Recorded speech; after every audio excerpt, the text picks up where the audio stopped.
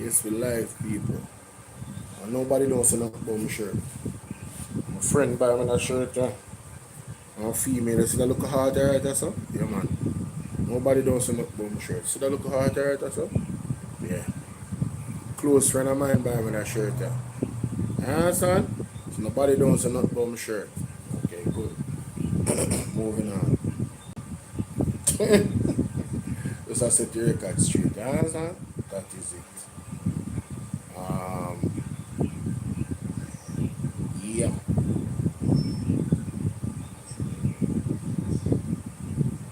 Whoa.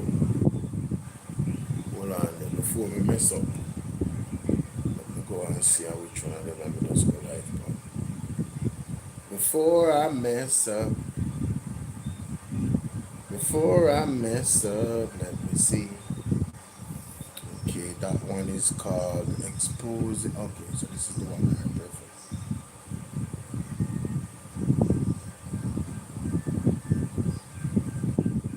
It's supposed to be exposing Holness. Alright, here we go, here we go, here we go. Yeah. Yeah. Alright, people, ladies and gentlemen, good night. It's about Bolo VNR with this space again. TikTok, big up on yourself. Bolo VNR 2.0, big up on yourself. Now, tonight, ladies and gentlemen, call this part 2, exposing Holness. See? And of course, we are taking it back. We're taking it back, ladies and gentlemen. We're gonna go back. But before we go back, we're gonna talk about what's happening presently. Like I said, like and share the video. Welcome, everybody. Chandelier, pick up yourself. Alright, because everybody on TikTok. The Holness administration, and namely Holness, after the ass whooping that Julian Robinson gave them in the budget debate on Thursday, they have come out with a weak claim. Andrew, you really go Finsac? You really go Finsac? You really want to explore the Finsac thing the realest way? Let me tell you something, ladies and gentlemen. You see Finsac, I want thing that easy for us dispose of them in terms of their argument. You know? Excuse me. You see, all I would say to Andrew Holness and the administration is, seen as the people's not extreme beauty walk one, Mama O3 big up. Seen as the Finsac debacle was the fault of the People's National Party. I want you to release the report. Alright? That's the first thing I want you to do. I want you to release the Finsac report. Because there's no way the Finsac report is implementing any labor right. No way the Finsac report is implementing any labor right. Any labor right that's, well, I say no, like them have status. There's no way, right, that it would be implementing any of those people. Ladies and gentlemen, this Tuesday, Mark Golding is going to be in the building. Alright? And that's going to be another ASS whooping by the People's National Party.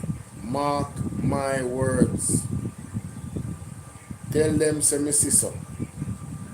Ladies and gentlemen, it's not going to be good for Andrew. Because I heard, I hope you guys can hear me. I heard, what's his name? No, good for Andrew. I heard Mark Golding in the presentation by Julian Robinson saying that, listen, man I call out Andrew and I ad-lib. Hypocrite, flip-flopper. I saw me hear Mark Golding in the background, and so me I say, what? Maggie G ready for them. You know, this is how Maggie G quiet from over there. Only no, that is not even true. Mark Wellen has been very active on his page and has been pushing out that against the NHT extraction of the 11.4 billion, all of those things. Seeing Mark Wellen has been very active in calling out the government. You understand? I want to show you one picture. And this is why they don't like the clean air. But you know, the Labour government thin skin body, you know. Them know how to, you know, push certain bantering in a parliament. But you see, when the bantering start to reach them start ball out. They love ball out. I'm showing that picture here.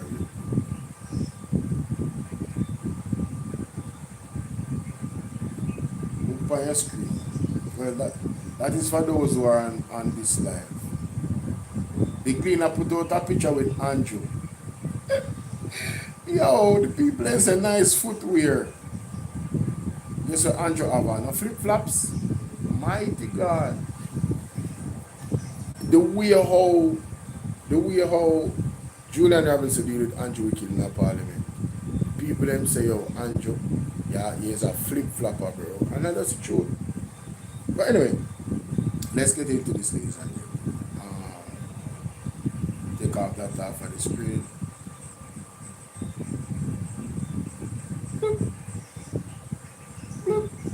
Take off the sound. No, not take off that. I'll go to Nikisha Burchan first. Very short video. It's Nikisha Burchan. Let's go to Miss Nikisha Burchan. See what she has to say. Hello there, welcome to the Breakdown with Virtual, and today we are unpacking the opposition's response to the national budget delivered in Parliament last week by Julian Robinson and what it really means for everyday Jamaicans. Because budgets are not just about numbers on a page, budgets tell you who a government chooses to protect and who it asks to carry the burden. And this year's debate comes at a very difficult time for Jamaica because just months after Hurricane Melissa, thousands of Jamaicans are still struggling to rebuild their homes, their businesses, and their lives. So the real question is simple. Did this budget meet the moment? We're breaking down the issues for you. We're going to talk about new taxes, the sugary drinks levy, online shopping taxes, the National Housing Trust controversy, and the alternatives that we believe could raise billions without taxing struggling Jamaicans. Let's start with a big picture. Julian Robinson began his presentation by grounding the debate in the reality Jamaicans are living. Yes. Hurricane Melissa has left 45 people dead, affected hundreds of thousands of Jamaicans, destroyed homes, and wiped out livelihoods. Months later, many Jamaicans are still trying to rebuild with limited support. So everybody agrees on the facts. But if that is the reality, then the expectation was clear. The budget should have been a recovery budget. That is what we expected the Minister of Finance, Fable Williams, to bring to the country. Because if the government keeps telling us Hurricane Melissa was one of the worst disasters in decades and has set Jamaica back, then the budget should have reflected that urgency. It should have been focused on rebuilding, focused on relief, focused on getting Jamaicans back on their feet. Instead, the argument from Julian Robinson was clear. This budget reads like business as usual, and that is the first problem. If Hurricane Melissa changed everything, why does the budget look the same and nothing has changed? Now, here is the first major flashpoint. The government is imposing about $18 billion in new taxes, and we say that is the wrong move at the wrong time. Because when people are already under pressure, raising taxes can make the problem even worse. Economists call that a pro-cyclical policy. Let me explain that in simple terms. Imagine you're already struggling to pay your bills. Your income drops. You are trying to recover, and instead of helping you, somebody comes and says, hey, I'm going to raise the rent and I'm going to raise the light bill at the same time. That is a pro-cyclical policy. Instead of easing pressure on people, when times are hard, you are adding pressure. And that is what the opposition says this government is doing.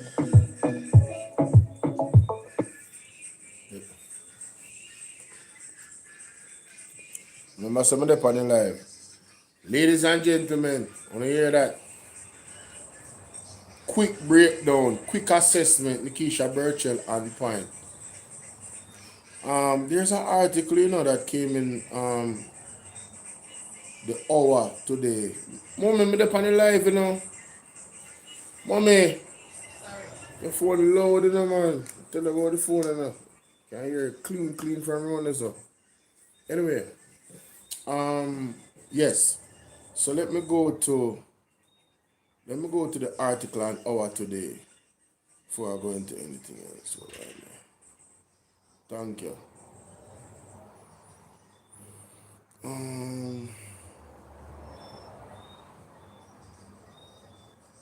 think it had something to do with Guardian. No, not Guardian. No. Here we go. I'm just going to touch on this, ladies and gentlemen, right? Before we get into that, because you see the crisis we're having with the Cuban doctors, them, I can't really undermine the level of crisis we're in. So Dennis A. Minot, who mortgaged our health sovereignty, Prime Minister, question mark. In every functioning state, certain responsibility stands above partisan maneuver or diplomatic fashion. Among them, none is more fundamental than the protection of the population's health. A government may disagree about taxation, infrastructure, foreign alliances, but the continuity of medical care for its citizens is a sacred obligation. When that continuity is placed at risk, hold on. Sorry, could you guys like up the live for me? Thank you in advance, ladies and gentlemen. I need to see how the if you guys are seeing. Okay, yeah, man, you guys can see it. So it says here, that among them, none is more fundamental than the protection of the population's health. A government may disagree about taxation, infrastructure, foreign alliances, but continuity on medical care for our citizens is a sacred obligation that continuity is placed. No, it's a sacred obligation, sorry. Full stop. When that continuity is placed at risk by political calculation, the issue ceases to be administrative. It becomes a question of sovereignty itself. So what this article is questioning is whether or not Jamaica is sovereign or not. I believe it's a good question based on what happened with the Cuban doctors, because the risk of removing the Cuban doctors, I mean, you're talking about the health of the people of Jamaica you're putting at risk. There's nothing that should be above that. So the fact that the government chose to put the Jamaican health at risk, knowing that we're already in a health crisis, it speaks to and suggests that the Jamaican government is being strong-armed by external force, namely the United States. It is just common sense, ladies and gentlemen, based off the whole entire situation.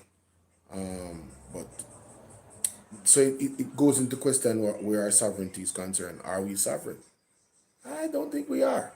But anyway, this is why the abrupt termination of Jamaica's long-standing medical cooperation program with Cuba demands far more serious national scrutiny than it has thus far received. For nearly half a century, Cuban doctors and nurses served in Jamaica's public health system. Their presence was not symbolic diplomacy, it was practical medicine. They staffed clinics in rural parishes where recruitment of physicians has long been difficult. They stabilized fragile hospital units. They filled sorry, they stabilized fragile hospital units. They filled persistent gaps in primary care in community far removed from Kingston policy debates. Their work meant something simple and irreplaceable. A doctor was available when a sick child arrived. Wow, that is putting it into context, I'm telling you. It goes on to say here that a few countries in the Caribbean can claim to have built a perfectly self-sufficient medical workforce. Jamaica is certainly not among them. Our own training institution produced excellent professionals, yet many understandably pursue opportunities abroad, right? The result is a chronic imbalance between the number of trained physicians and the number willing and able to serve in underserved districts. The Cuban program helped bridge the gap. To be clear, the arrangement was never charity, it was cooperation. Jamaica received the skilled personnel, Cuba received compensation and international engagement for its medical diplomacy. Such arrangements are common in international relations. Nations routinely exchange enterprise, labor, and technical assistance in fields where one partner temporarily holds an advantage. What makes the present situation alarming is not that bilateral agreement has ended. Agreement expire, governments renegotiate terms, policies evolve. The concern arises from the sequence of decisions that allow the program to collapse before the credible replacement systems were firmly in place.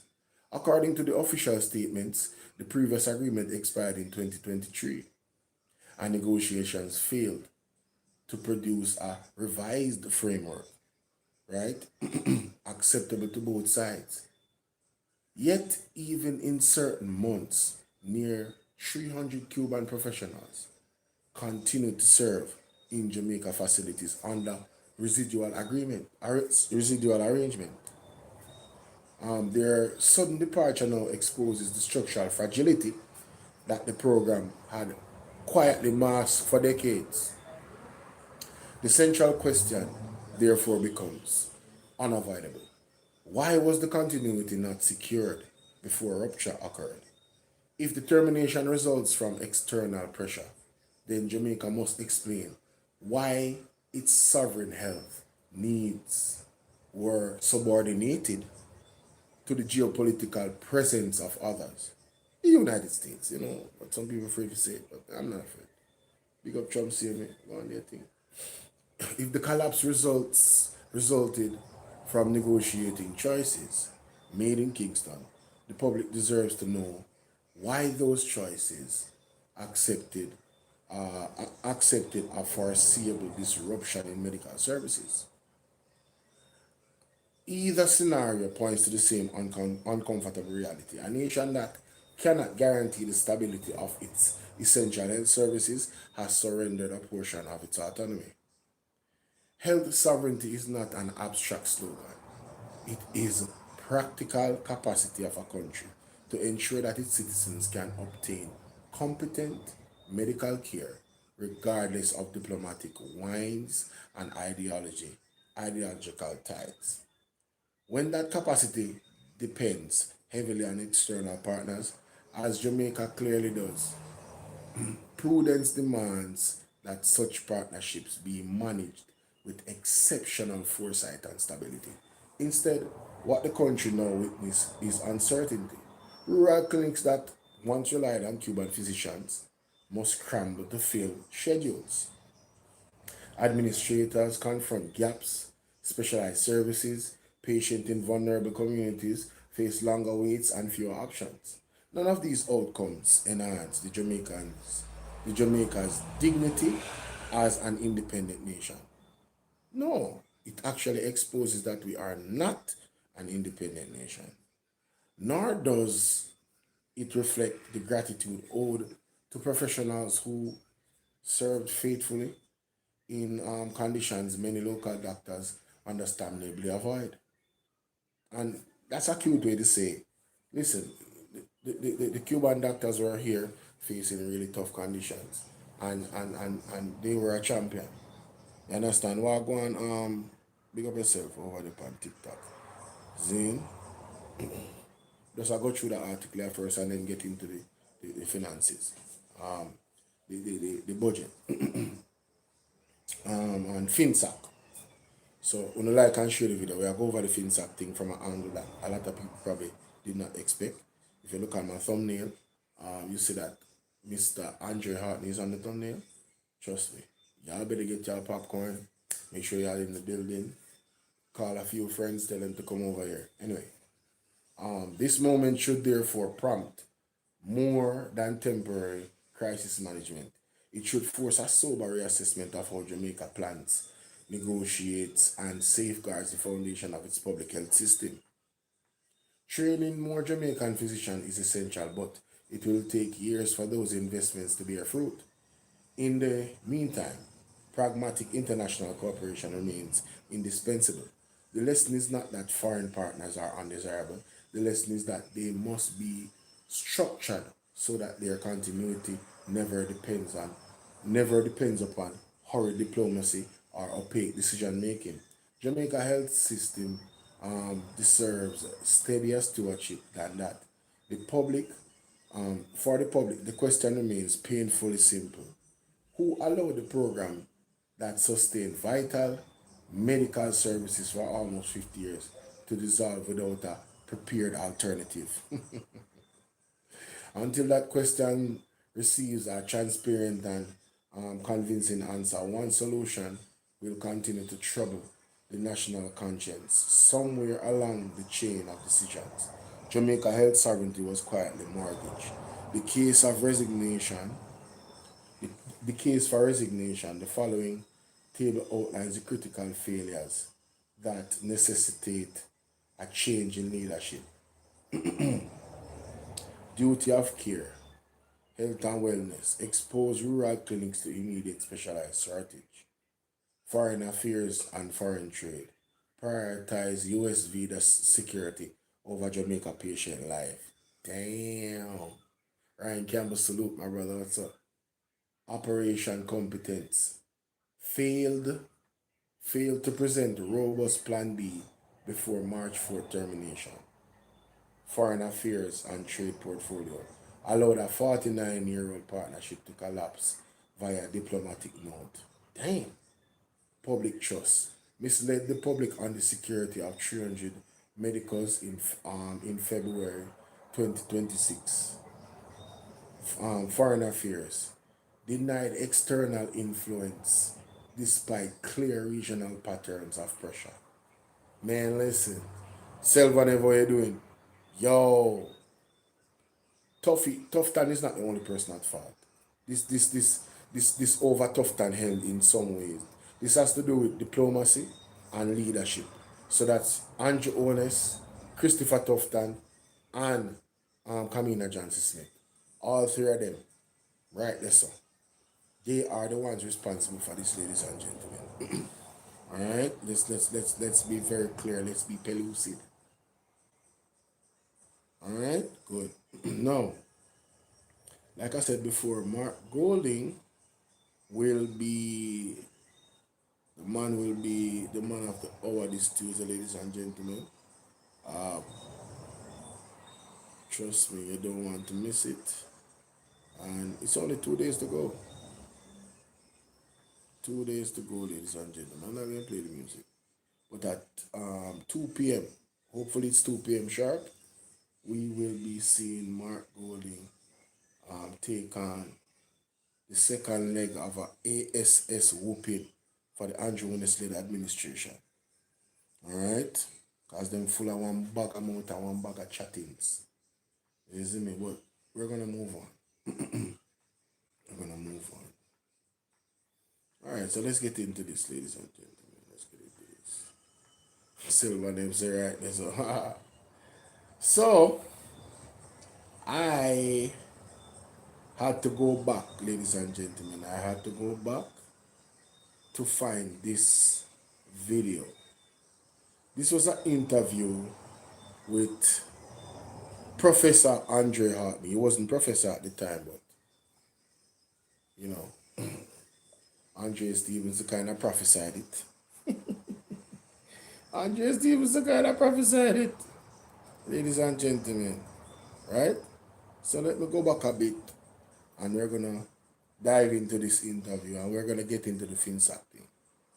Zane, Again, get on a popcorn, share the video with somebody, get on a notebook, and make we listen to the general break it down. Let's go. That drive by solar or a car that's driven by electricity, because, right? Mix of the Jamaican people. So trying to help them, they don't understand them, it's going to be difficult for them. So they're out of touch, so to speak. So you're saying that them really difficult for them. Heavy is leaving, and we are yet to see a finance minister being named. We have to be concerned. I think the JLP are shopping around. They're shopping around for credibility. That is not a common denominator in the Labour Party. Yes, that is why they need a heavy duty assistance. And I don't know who is willing now to sacrifice their own credibility to save such an institution. Niger certainly wasn't ready to do so. That's why he jumped ship so quickly. So they are now looking for someone, a scapegoat, so to speak, who they can use to give their institution, their party, an outlook to the business community, an outlook to the onlookers that they have the capability to maintain the fanfare that has been taking place. But we know that the Jamaica Labour Party lack the capacity. It doesn't matter who comes. They lack the capacity, they lack the ability to effect change because they do not care about change and upliftment of the Jamaican people. All they care about is the upliftment of themselves and their funders, and they don't understand the dynamics of the Jamaican people. So trying to help them, they don't understand them, it's going to be difficult for them. So they're out of touch, so to speak. So you're saying that them really lose it, they're out of touch with the ground. So it doesn't matter who comes, they're out of touch. It's like you're a mechanic, right? And you haven't worked on a car that drive by solar or a car that's driven by electricity, because it's mainly technician work. So yes, I get a mechanic because I deal with a car, but the type of car that you're dealing with is a solar type car, or a car that uses electricity. So the mechanic can fix cars but cannot fix the type of car that we have, and that's the problem that we face here in Jamaica. So are you suggesting then that a Favour Williams possibly will not be able to stir the economy well? It's very difficult for them now as non-macroeconomic practitioners to understand the volume of the challenges that we face. If Nigel couldn't do it, he talked about 5 in 4 since 2015, and up now it's 2024 and Jamaica still growing by 1%, and they rate Nigel as their number one star boy, so much so that he has left, then growth is just beyond their capacity. So do you think the PNP has what it takes to... We've always looked out for the Jamaican people more than they have. One of the reasons why I joined the PNP is because I recognized that the party had faced difficulty with economic management. And I made a solemn pledge that I'll join them to make sure that if and when the party comes into power, we don't make those mistakes anymore.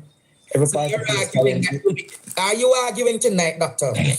Horton, you're going to be the gatekeeper for Jamaica's financial system and the people of Jamaica? Are you arguing? It depends on where they place me, but from my vantage point at this time, that's the main reason why I decided to become a member of that particular political party, to assist in our ability to maintain prudence and our ability to steer Jamaica. We should not have any more banger under the PNP like a Finsac then. Finsac was a solution-oriented tool. What had happened, and many people lack understanding of what took place. Leading up to the end of the 1980s, Jamaica had negative reserves, right? So we couldn't get any foreign exchange to borrow, because throughout the 80s, through the management of the Jamaica Labour Party, the reserves ran down to zero, right? Jamaica wasn't exporting enough relative to what we were importing, but on the financial side of it, we didn't have these large foreign investments bringing in the return on investment. Yes. And Gilbert came and added to that. And we needed capital expansion in a vast volume. And what had happened is that when Jamaica went to the IMF to negotiate, the IMF said we have this 10-point plan called the Washington Consensus. And I need your students to go on YouTube and type in the Washington Consensus. The Washington.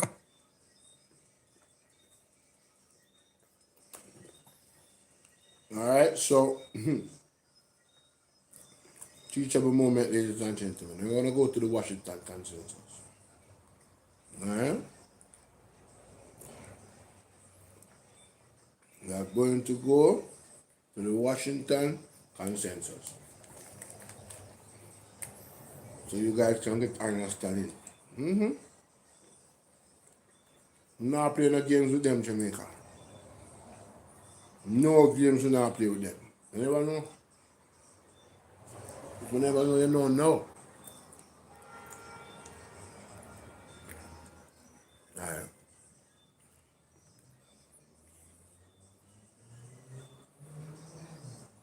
Alright, so let me share my screen now. I'm going to play now is an old video, you know? So a video from 2024. For sure, hey, but dig it up in Jamaica. So what I do? We dig it up. Alright, ladies and gentlemen, let's look at a brief video about what the Washington Consensus is. Let's listen to this.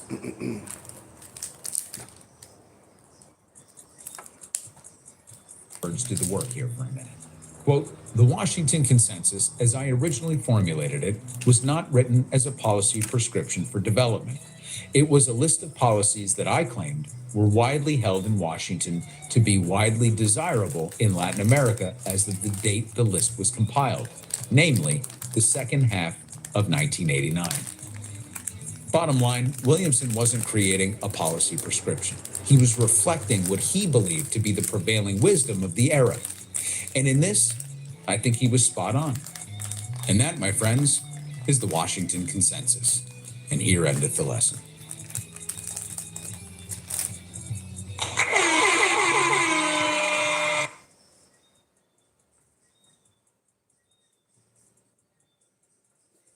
Consensus. Washington The adjunct lecturer for tonight says that it is your duty to research the Washington Consensus. Yes. It's a 10-point plan that the IMF had drawn up for Jamaica to follow if they needed foreign currency support.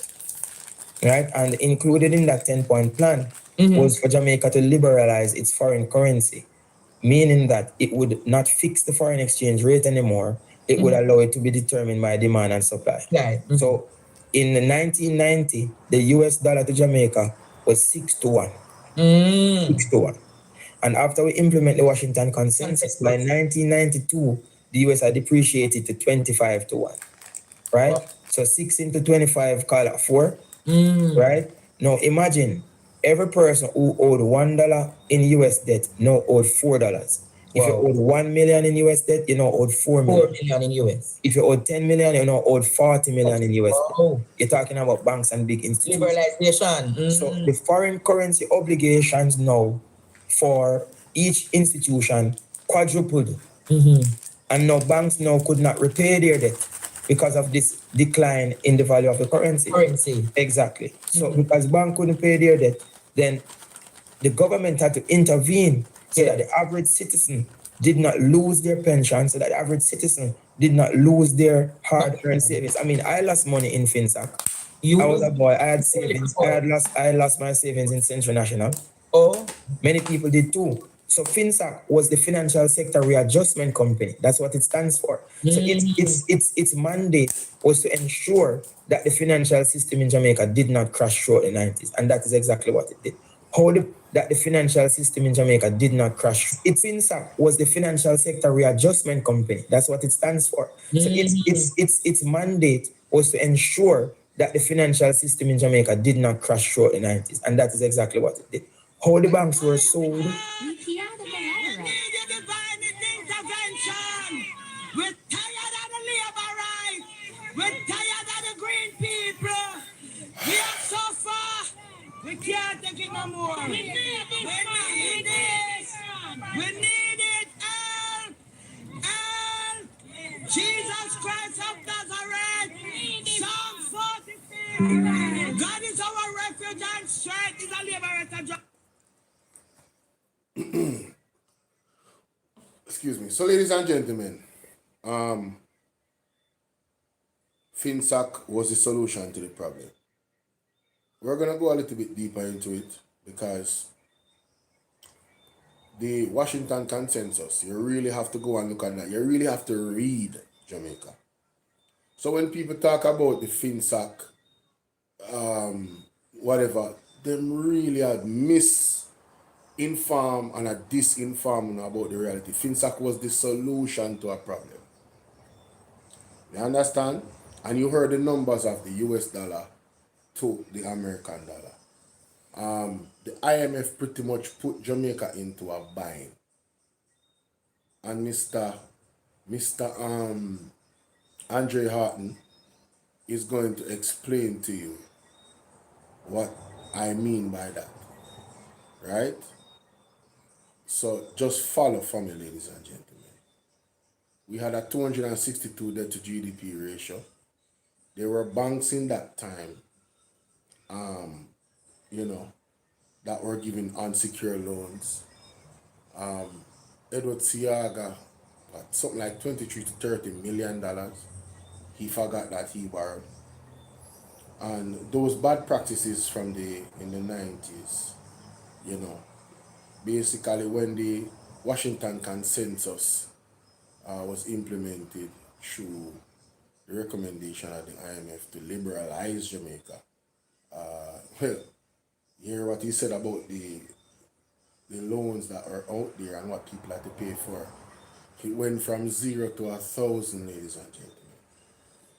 And everybody was going to lose everything. So Finsac was the solution to not have everybody lose everything. It wasn't perfect, but it did definitely affect over 1 million persons positively. Because you're looking at a PMP politician that can tell you that he lost money in that time as well. So that is the truth. In some places you're not gonna get the truth, but one thing I can guarantee with the People's National Party members, they're gonna tell you the truth. You understand? I want to go to give further context to this situation. I'm gonna add Shaka's input. Cause Shaka broke it down. Big up Shaka Flames. You see it? Where's that video? Oh, here it is. Here it is. Let me just speed it up a little bit for the sake of time.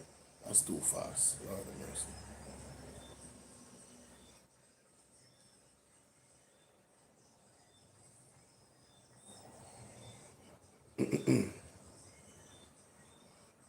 All right, so let's get to this part of it, right? Big up Shaka. We just showing what going on, so. All right, zoom out that a little. Oh. Wow. Who caused Finsac and who are the culprits? The bank meltdown of the 90s was the first organized scamming in Jamaica. Finsac was the solution. Listen to this video to the end. Finsac was a homegrown domestic crisis wholly caused by the PNP, for which we are now only just recovering.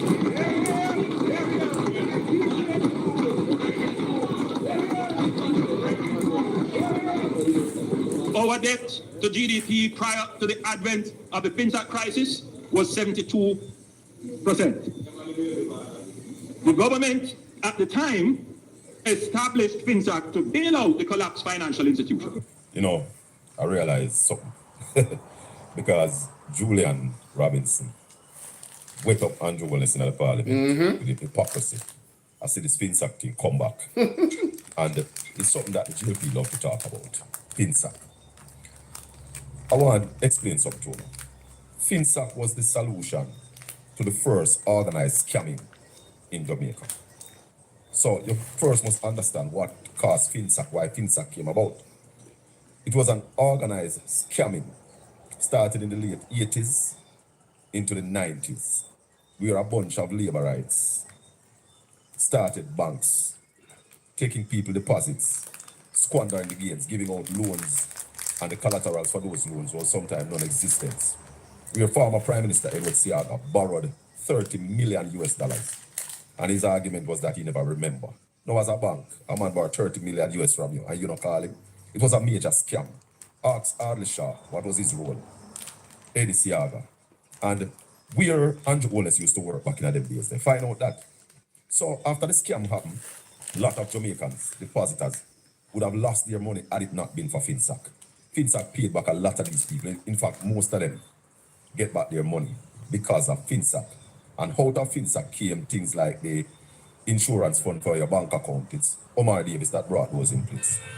Before Finsac 1989, Jamaica's debt to GDP was 260%, moved from 62% in 1980. So Eddie Siaga and the Labour Party racked up crazy 200% more on our debt to GDP.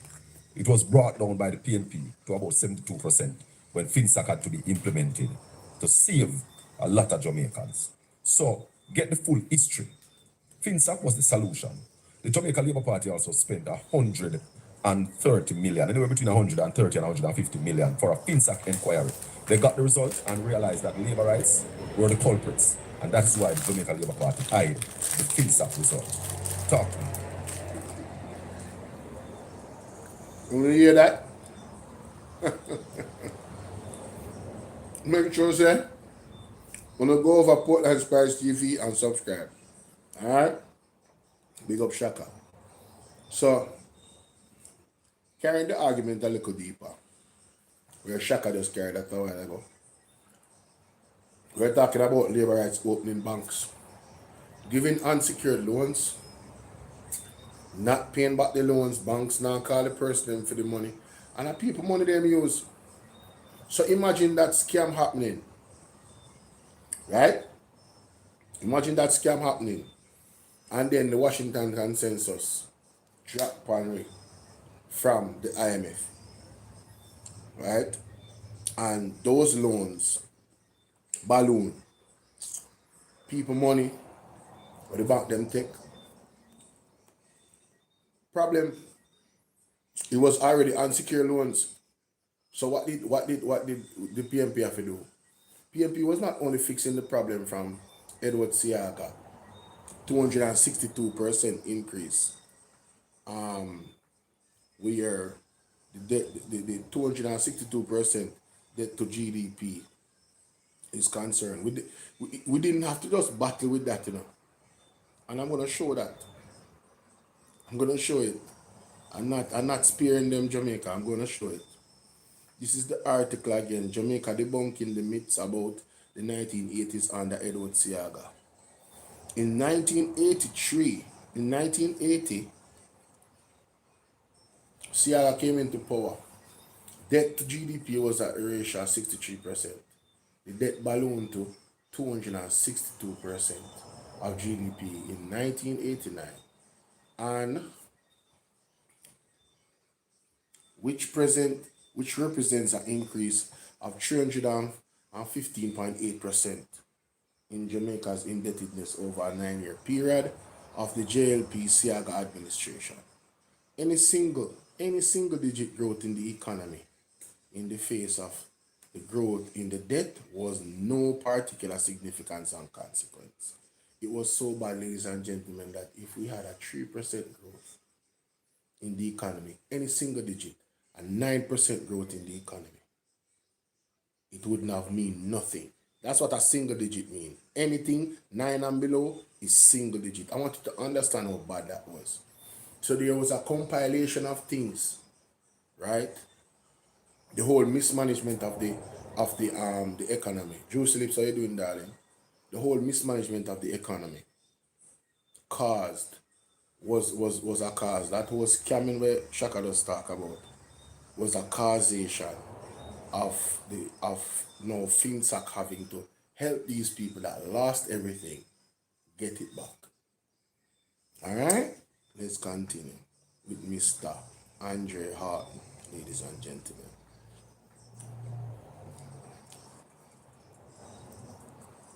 Did not lose their hard-earned savings. I mean, I lost money in Finsac. I was a boy. I had savings. I lost my savings in Central National. Oh, Many people did too. So Finsac was the Financial Sector Readjustment Company. That's what it stands for. So its mandate was to ensure that the financial system in Jamaica did not crash throughout the 90s. And that is exactly what it did. How the banks were sold the intertwine of it, it's another story. Yes. But the Finsac was a remedial action to offset the Washington consensus that was imposed on us. And even when I went to the fund, the IMF in 2017, as I discussed, sold the intertwine of it, it's another story. Yes. But the Finsac was a remedial action to offset the Washington consensus that was imposed on us. And So ladies and gentlemen, the Washington consensus was imposed on us. This is important. The Washington consensus was the catalyst that ballooned those debts that were there and shoot it up. It was imposed on us by the IMF. We did not choose the Washington consensus. Listen me good enough. You hear what the man said? It was imposed on us. Let's continue. All right, make sure so you don't miss that in the plate again. point of it, it's another story. Yes. But the Finsac was a remedial action to offset the Washington consensus that was imposed on us. And even when I went to the fund, the IMF in 2017, as a distinguished academic fellow, I met the lawyers Oh, there. so you, wait. So it's not Nigel alone, but to the IMF. You're just putting it on the record. You were what? A distinguished fellow. Yeah, I went there in 2017 and I met with them, the teams who were responsible for Jamaica's negotiations throughout the course of our financial life with them, and they apologized. They said that You're saying the IMF apologized to Jamaica for the Washington consensus? Yes. What? Not the IMF, but the representatives of the IMF who were working on the Washington consensus at the time, the lawyers. Mm-hmm. So they apologized. It on the record. You were what? A distinguished fellow. Yeah. I went there in 2017 and I met with them, the teams who were responsible for Jamaica's negotiations throughout the course of our financial life with them, and they apologized. They said that they. You're saying the IMF apologized to Jamaica for the Washington consensus? Yes. What? Not the IMF, but the representatives of the IMF who were working on the Washington consensus at the time, the lawyers. Mm-hmm. So they apologized. They said that to me in a private conversation. That they apologized for what they did to Jamaica in the 1990s.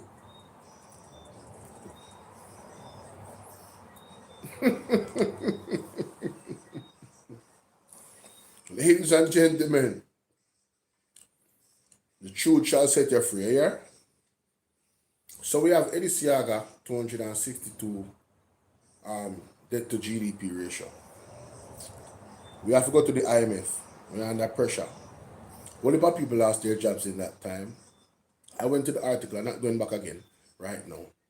A lot of people lost their jobs. The public sector was alright. We were economically, we were in a really terrible place. The Washington consensus was then imposed on us by the IMF. It took debt from, if you owe that dollar, the dollar went from what? $6.6 to $1 US. Let me go back to that. Very important. Let me go back to that. Let me go back to it, Jamaica. Let me go back to it. Had to intervene so that the average citizen did not lose their pension, so that the average citizen did not lose their hard-earned savings. I mean, I lost money in Finsac. I was an investment. Yes. And Gilbert came and added to that. Mm-hmm. And we needed capital expansion in a vast volume.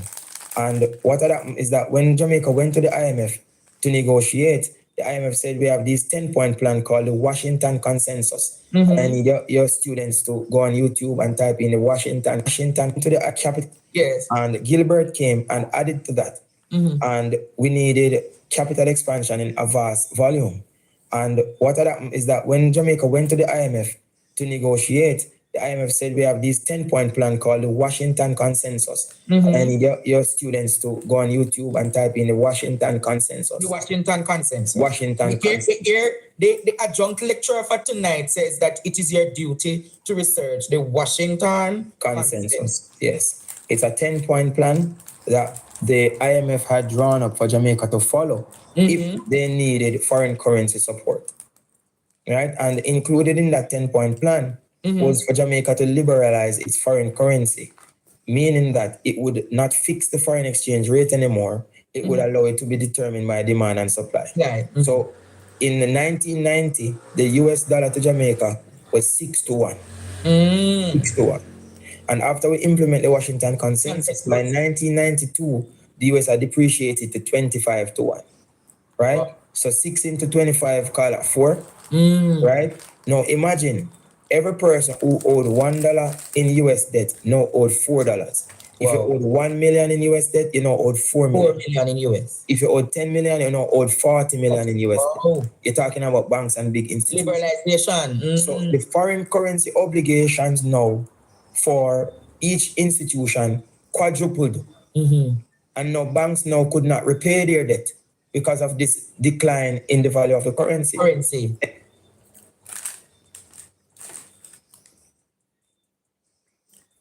I know somebody, I know somebody is learning something tonight. I know somebody is learning something tonight.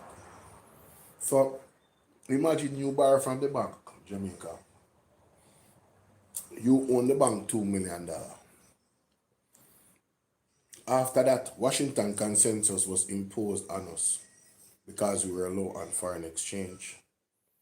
No doubt because of the ill practices of the previous administration that had our debt to GDP at 262%.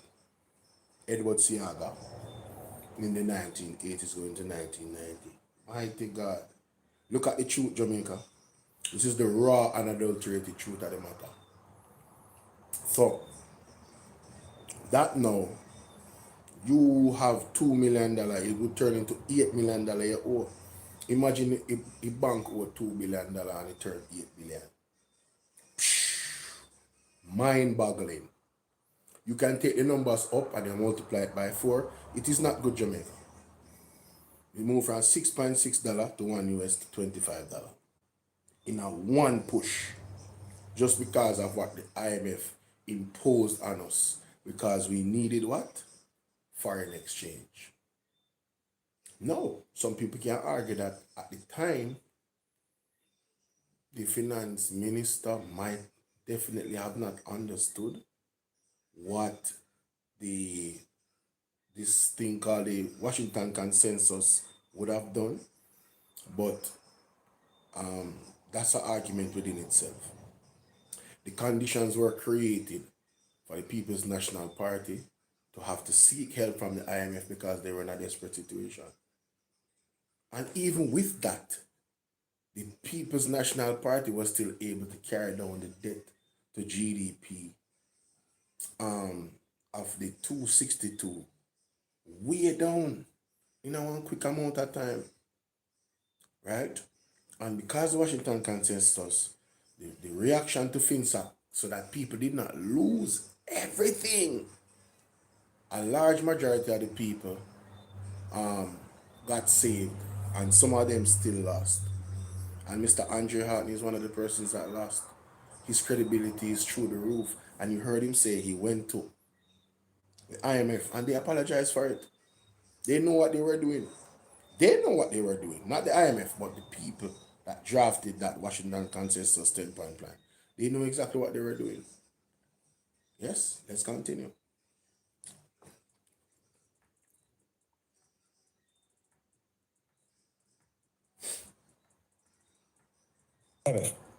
A large portion of our debt anymore, we owe a large portion to other investors and to domestic pension funders. Other investors like whom? Different the teams who were responsible for Jamaica's negotiations throughout the course of our financial life with them, and they apologized. They said that they You're saying the IMF apologized to Jamaica for the Washington Consensus? Yes. Wow. Not the IMF, but the representatives of the IMF who were working on the Washington Consensus at the time, the lawyers. So they They apologized. said that to me in a private conversation. That they apologized for what they did to Jamaica Yes. in the 1990s. Wow. I wish they could have not just only apologized, but did something realistic to cushion what they did those years back. And that is what we want. That is really what we want. But what has been happening is that the IMF are clever. So what they have been forcing Jamaica to do is to minimize their foreign debt and to increase their domestic debt.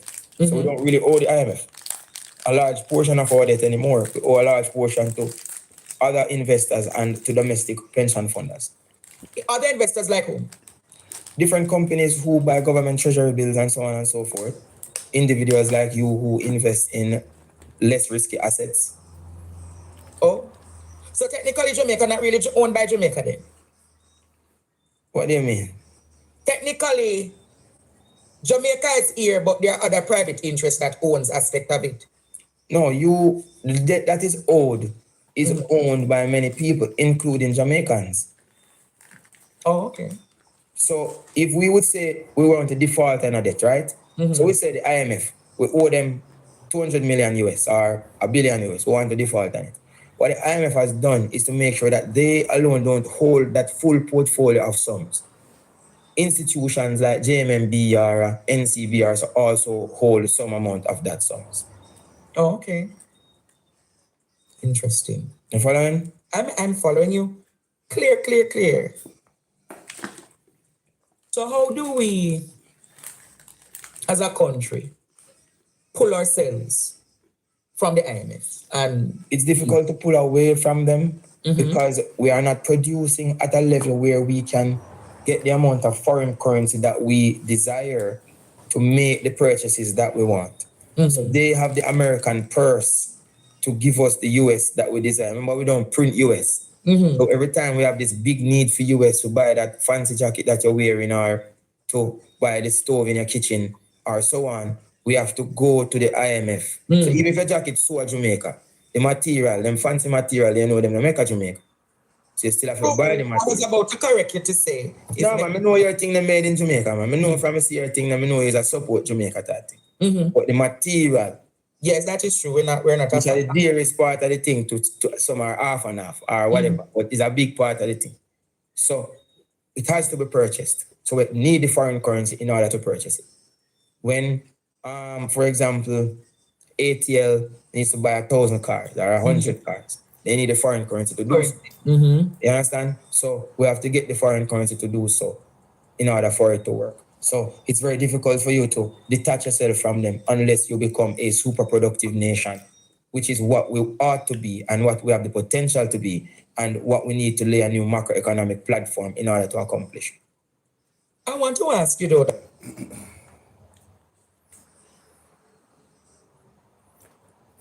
Big up Mr. Andre Hart.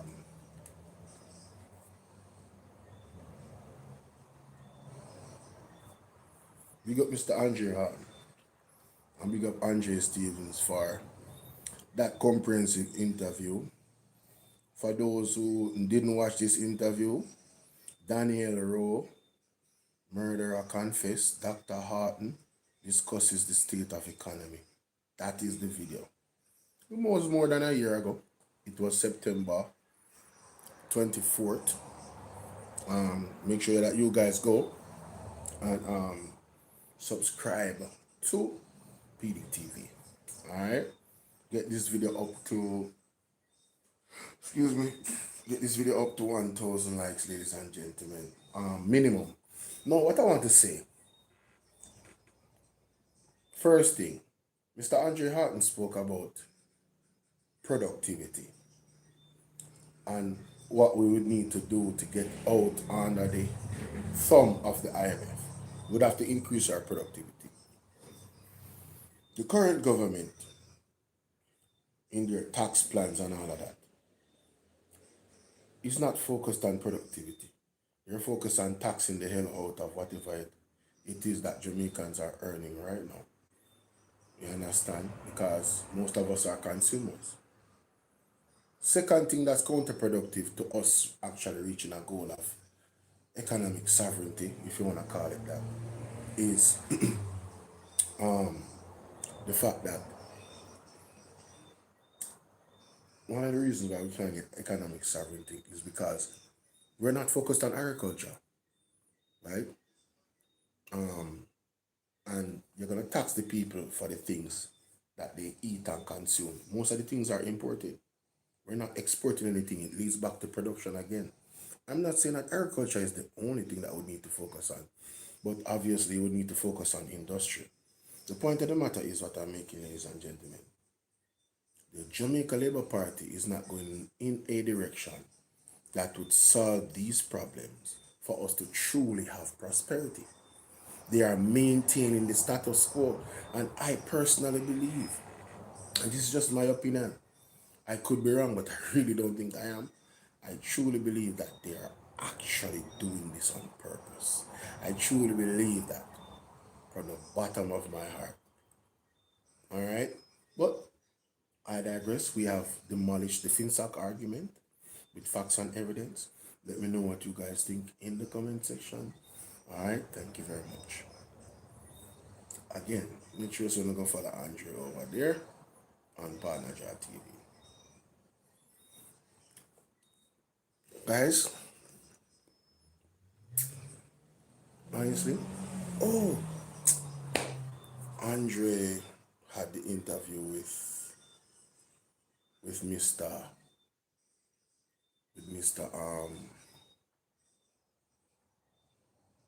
Andre had the interview with Mr. Julian Robinson earlier. Definitely have to take a listen to that one. I know so. Why is it not working?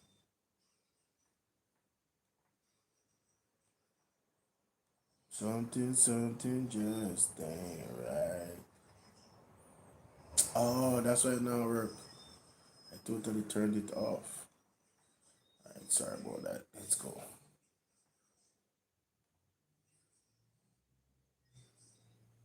Let's go. Let's get into this, ladies and gentlemen.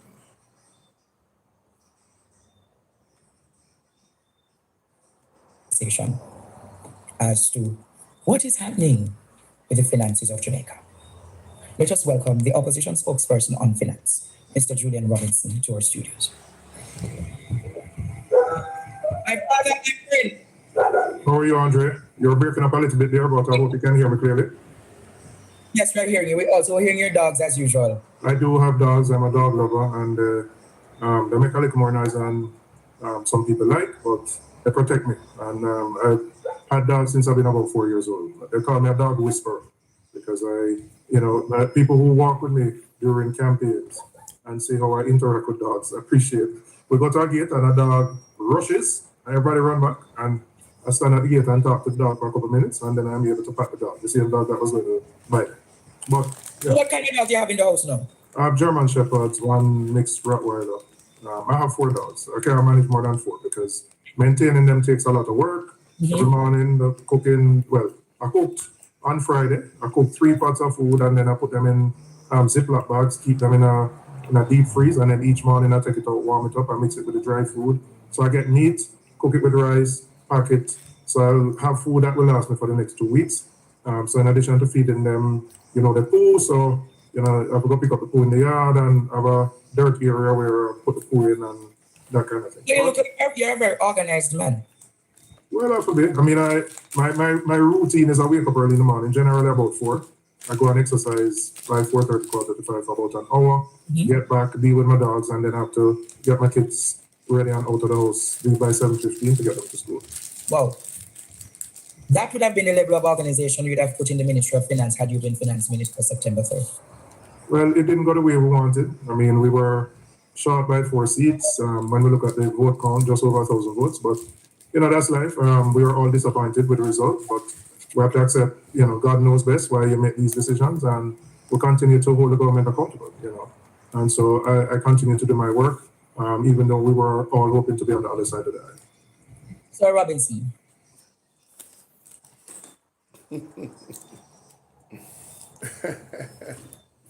Hey, let me tell you something. Andre Stevenson is very good at what he does, yeah?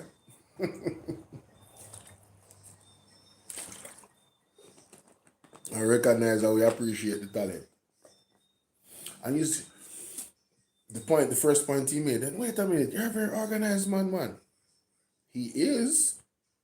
You wake up 4 o'clock every morning. You telling me, as much as always, it's really the rich life, ladies and gentlemen. Let's keep it a beat. But people who are dog lovers and have a lot of dogs, it's a huge responsibility, you know. People who tell you that have dogs is that like it's like having kids. For especially those types of dogs that you need them to be on healthy, you need them to be on high alert. These are the dogs that protect you. So you have to show them the same level of care as you would show your child. So Julian Robinson gets up in the morning and he exercises, feeds his dogs, other things, get his children to school at a certain time. That's organization. That is organization, ladies. Remember, the man is married. So he have a wife. And of course, you know, yeah, I'm just saying, that is a hell of a level of organization. That's family routine. You see, this is why, you know, people that are in leadership positions usually is the ones them that have real family structure that are given certain positions, because even a criminal will let you know. Even a criminal will let you know that it don't even make no sense to engage in certain partnership with another criminal based off their lifestyle. So, and let me not use criminal, a business partner will let you know that whether it's a male or a female, especially if it's a male, and that person is not committed to anything or doesn't show commitment to anything, it is a risk for you to go into actual business with that person if you are sensible. Because imagine, they can't commit to one woman. They have a girlfriend and 10 side chicks. But you expect that person to commit to your business. You expect that person to, you know, when things are low, them stick with it, and, you know what I mean, them say them go and do this and them do it. It's not in their character. Most of the times when you see them cheap and them lady, the point of the matter is, even in the biggest leadership positions, if you were not married, you couldn't get them. That's why a president had to have a wife, even if he's G-A-Y. Because the world look upon it that way. When you're building kingdoms, where you build it with a man and a woman. Tell me which nation on the earth has a head of that nation that are 2 men, and everybody knows. Tell me which nation on the earth has a kingdom and it's 2 women that are married or whatever are running the kingdom. Tell me. Just let me know. Let me know. Certain things are just understood. What are you doing, Andrea? Certain things are just understood. So, big up Andrea for that question. I'm pointing that out. We definitely missed out on Mr. Julian Robinson's dedication and organization at the helm. Sad, but true. Let's continue.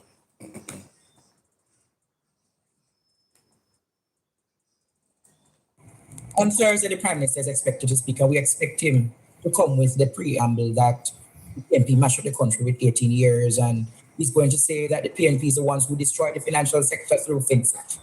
What do you want to say to the Prime Minister and counter his arguments from now to shut him down before he comes with that nonsensical argument that he has been coming with for the past 10 years? Well, the first thing I would say, Finsac was 40 years ago. They've been in government for 10 years. They were there before. If we want to have a true and full account of Finsac, then they should produce the report which was done, which will give the country a better idea as to what took place. What they have done is selectively release us aspects of what took place in Finsac to suit their own narrative. But just tell the country the full truth about Finsac. Tell the country the factors that were created to cause Finsac, and then what was done to deal with it. Let's talk about the people who were identified as being not fit and proper, but who ended up back at SSL and created further problems, you know? My God. Right? So if we want, the problem with Finsac is that every time it arises, the Labour Party just selectively puts out information to suit a narrative. And so I expect him to come back on the Finsac bandwagon, which they always do. But my call to him is release the report. Let's put it to bed, release the report, not the snippets. Not snippets and parts of the report, the entire report, so the Jamaican people can see it and come to their own conclusions. Because don't release the report. Will you release the report come the next election as well? Yes, of course. It is in the public interest so that the public can know fully what took place. And so there are multiple.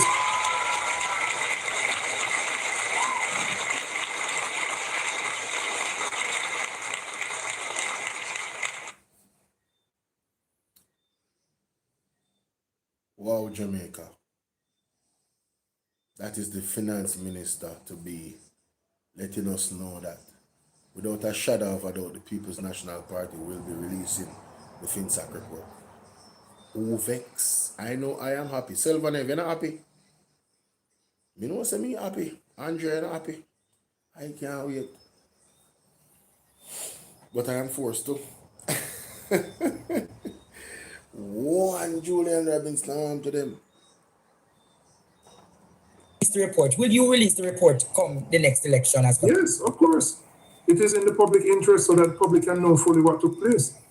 And so there are multiplicity of factors that caused the collapse of the financial sector. There was an intervention to protect depositors because there were thousands, hundreds of thousands of Jamaicans who would have lost their deposits and lost their life savings had the government not intervened. The government had to intervene, which meant the government had to guarantee those deposits. It meant borrowing more money, which pushed up our debt. The government then established Finsac to recover some of those monies, and it meant that people who had loans, there were sales of assets to cover those things. Now, put everything on the table.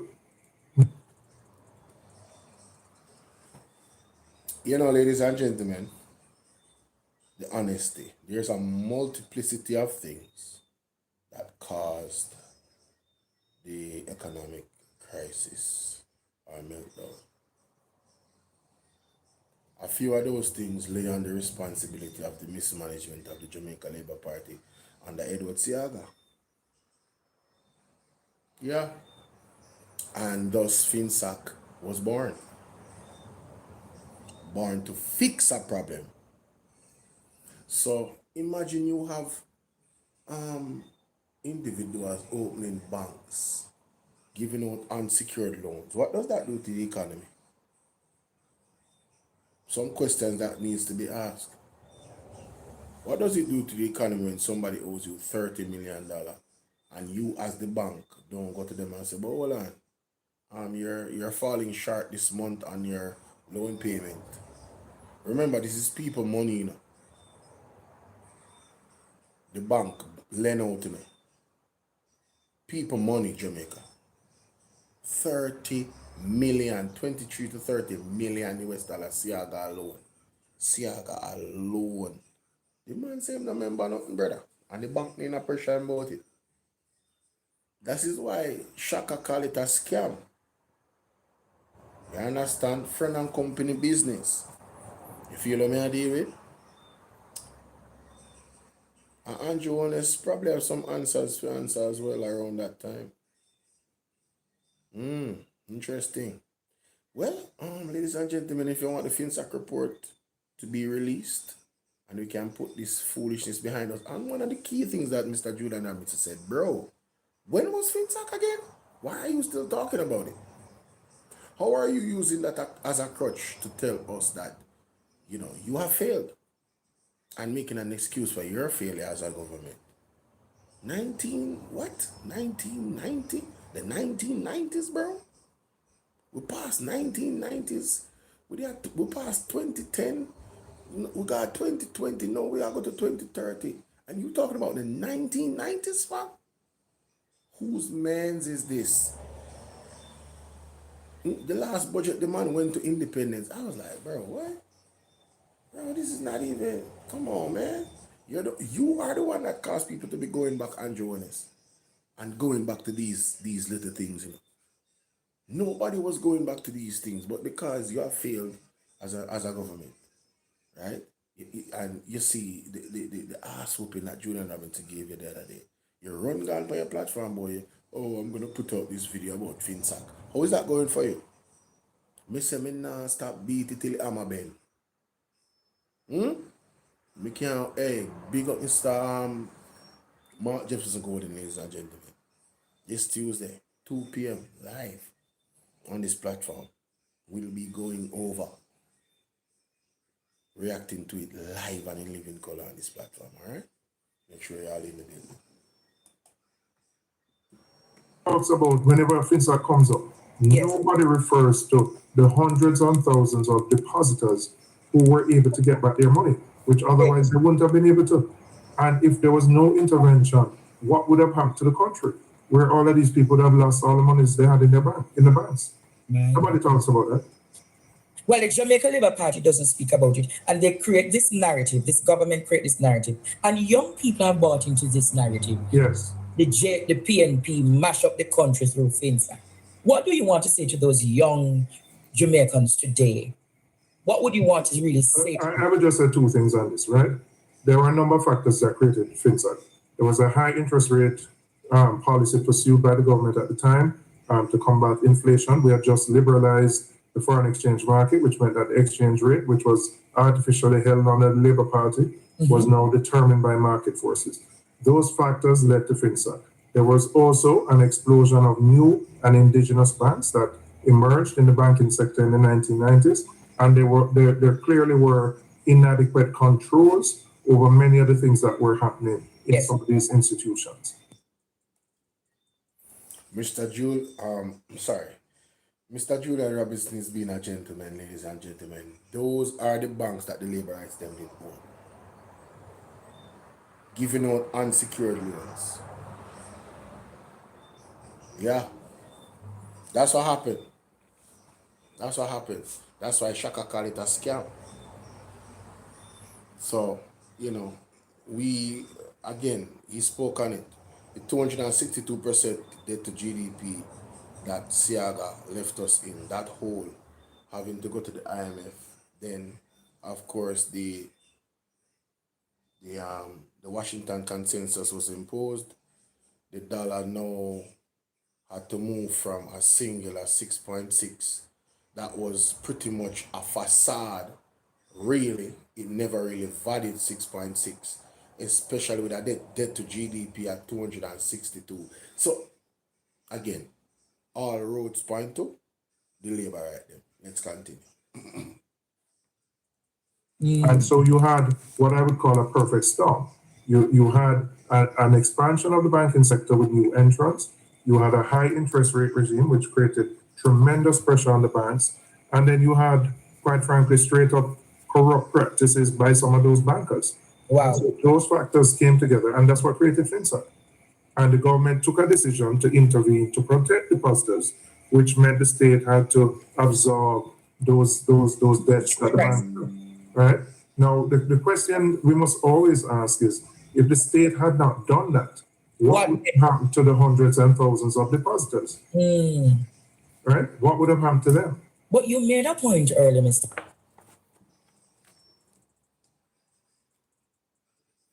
I'm sorry I have to cut it again, but that point, I don't hear nobody talking about that. If Finsac was not created, the persons that got back their money wouldn't have gotten back their money. People make the argument about persons that even committed suicide because they lost everything. As he said, it was the perfect storm, but not a storm created by the People's National Party. And that's what we're here to debunk. Yes? And clearly that has been debunked through facts. But nobody talks about, it's like you go to the hospital and the doctor says, you're going to lose your 2 feet and your 2 hands. I can save 2 of your feet and a hand. And everybody focus on the hand that you lost and not the hand that you saved and the 2 feet. That's what happened there now with Finsac, you know. Finsac saved 2 hands and a feet. 2 feet and a hand. One of them had to be chopped off because the accident was so bad. Finsac repaired the other 3 limbs. So you can walk and have one hand same way, but one hand cut off. Right? They couldn't save the hand there. By the time they're done with the other limb, them the hand there, just never make no sense. It dead. And you would have caused a cancer or something. So it ain't often you have to chop it off, Jamaica. Right? So that's what happened with the Finsac. So some people did commit suicide. It is what it is. Pressure, too much, losing everything. Now we are here in another time. Now where a natural disaster just came and people lost everything. It's a similar thing. People just can't take the pressure. We're not endorsing or encouraging that. We want people to stay resilient, and we want people to know that God is there and their comforter through the toughest of times. Right? Isaiah 41 and 10. Isaiah 41 and 10, my mom sent me the other day. So you can read that. Right? Isaiah 41, and you read from verse 1 to 10. Powerful. Remind yourself of those words. That promise from God every time you're in a space where you think that, these things are just too much. Read that, Isaiah 41, 1 to 10. And I'm telling you, my mom sent me the other morning, it was like exactly what I needed to hear. You understand? Power, the word of God. What? Nobody talks about the 3 limbs or you see, they talk about the one that you lost. When you did not. PMP is the doctor, PMP did not cause you to be in the position to be losing the 2 limbs them or all the limbs them. But they said, no, we can't afford if we lose all your limbs them. Let us save some of the limbs. This is an analogy for those to appreciate what Finsac was. Yes, let's continue. Mr. Robinson, that if the report had been released, some of those people who are doing securities today wouldn't have been able to be having companies and operating. Correct. Would you equally have released the fraud report? Yes, absolutely. Again, the country deserves to. Now, if you're in the middle of trying to hold people accountable and you're trying to prosecute people, there may be aspects of the report that you have to hold back because you may need to use that in a court of law. Mm-hmm. But certainly for the public interest, even at this stage, the public does not know what happened with SSL. We know there were 3 arrests that were made of persons who were involved in the company. But it's important to note, none of those arrests relate to the money. There are more administrative things about operating without certain licenses, etc. But nothing relates to the missing money. And so the question that most Jamaicans still have, what happened to the money? It can't be one lady, Gina and Panton, who could have been responsible for all of that. Cannot be.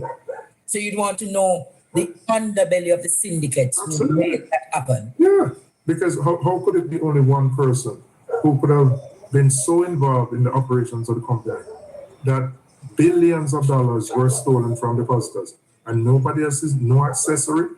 Who's the mastermind? I don't think it's Gina and Panton. So you would have caught or made an attempt to catch the mastermind. Absolutely. Of the belly of what operation was really happening at SSL. Absolutely. Because Jamaican people, everybody knows about Usain Bolt and the money he lost. I have a 78, by now she's about 81 or 82. Pensioner. The lady wrote to me.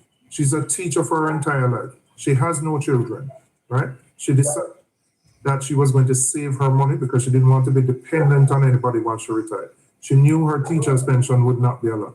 She put her entire life savings in SSL. Wow. We don't hear those stories about people.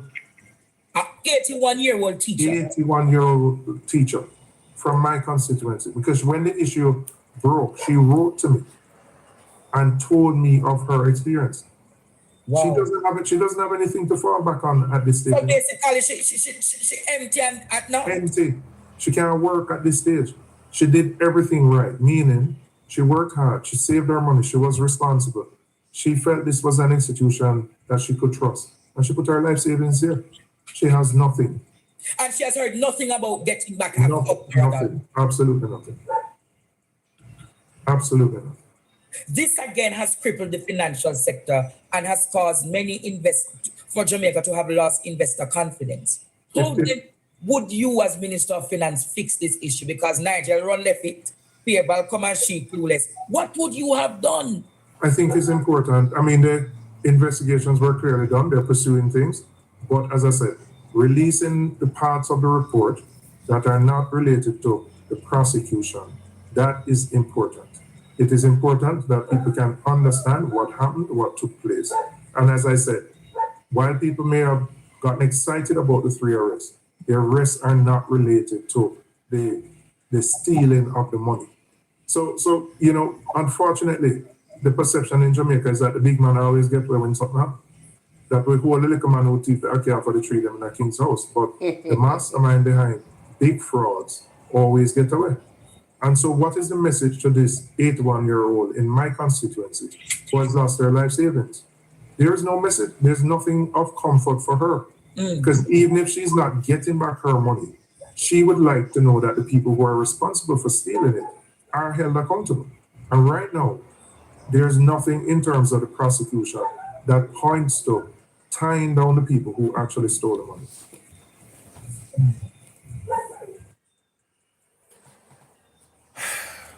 Wow. SSL. I'm telling you, you know, Jamaica, some people are going to pay, you know, and it's going to be karma. It's going to be the judgment of the Lord, because vengeance is left on him. Can you imagine an 80-year-old teacher, right? Basically, I told you guys, you know, you see, you saying about being a part of SSL is what really pushed a lot of people to join SSL, and also the fact that it was on the stock market, the Jamaica stock market, or whatever they want to call it. It gave it legitimacy. And this happened under the Jamaica Labour Party. No question.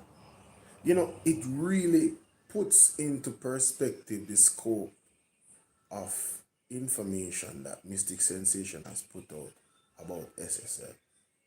Now I understand when he talks about capital cronyism, right? What's the terminology he uses?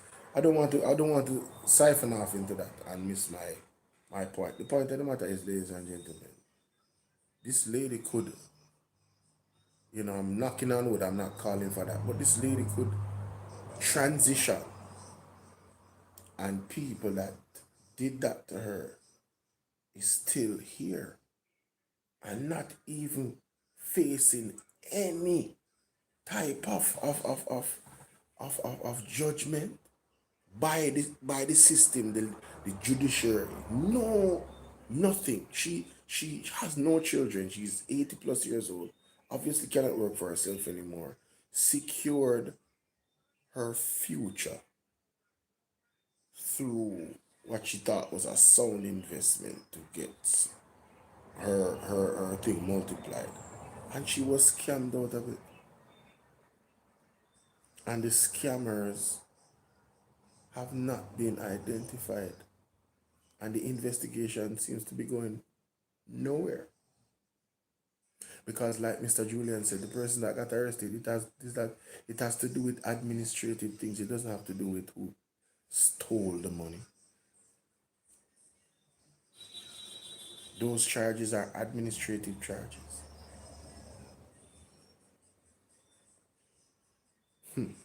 Wow.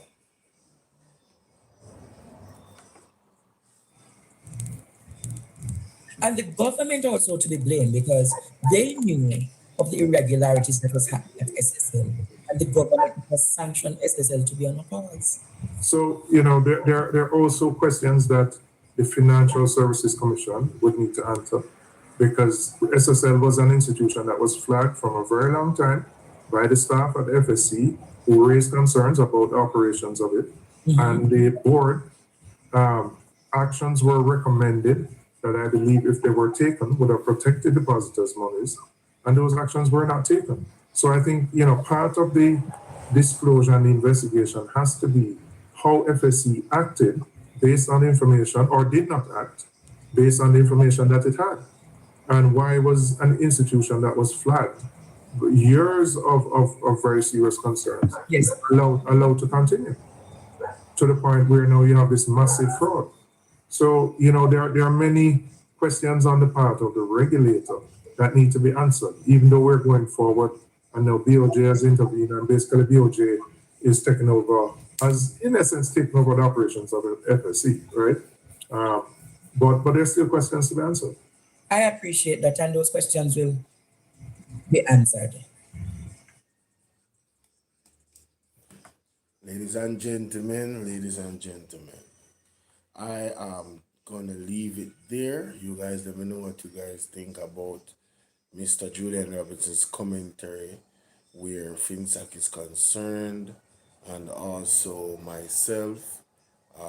What do you understand, what you don't?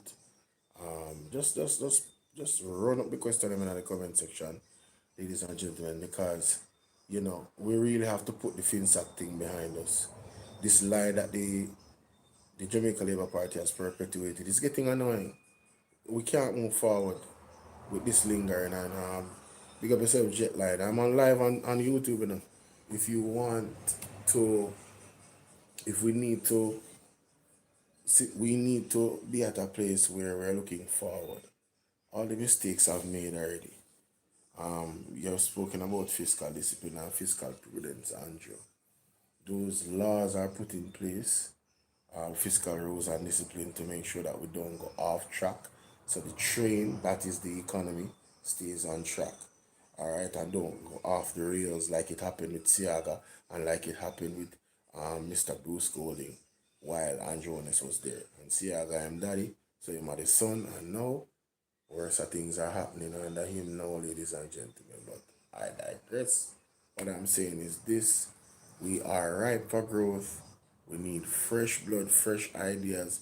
We cannot continue the same way over and over again and expect to get a different result. Yes, the fiscal rules and fiscal disciplines is necessary, but that is the foundation. Now we need to build the walls, the rooms, the apartments of prosperity for this country. And guess what? The people are very integral in that. Yes, we need a cultural change where productivity is concerned and professionalism and all that good stuff. But I believe in our people. I really do. I think if we should focus and be disciplined, I don't think there's much that can stop us from going to the top of any industry, anywhere around the world that we, choose to tap into based off our own resources that we have here in Jamaica and what we have to offer. I don't think we'll be second to anybody after a while. I really don't. So let me know what you guys think in the comment section, ladies and gentlemen. Like, share, subscribe. Again, get this video up to 2,000 likes. All right, peace. All right, so guys, now I'm gonna prolong it. I did an hour and a half. This is what I wanted to come and take a listen to and take a look at. Like I said, do your own research. Go and look up the Washington Consensus. Read what you have to read. When I listened to Perry earlier, Jamaica. Read. Miss Curiosity Kid, how you doing? Big up. Yes, that's all I'm have to do. I release the report and stop deflecting and stop delaying. That's a fact. But like I'm saying, ladies and gentlemen, I'm gonna go to my bed. And thank you guys so much for your time. Appreciate you. Tuesday. Hey, make sure y'all in the building Tuesday, man, 2 p.m. All right, right here on Bolo VNR 2.0. All right, TikTok, big up on yourself. YouTube, big up on yourself. I'm out.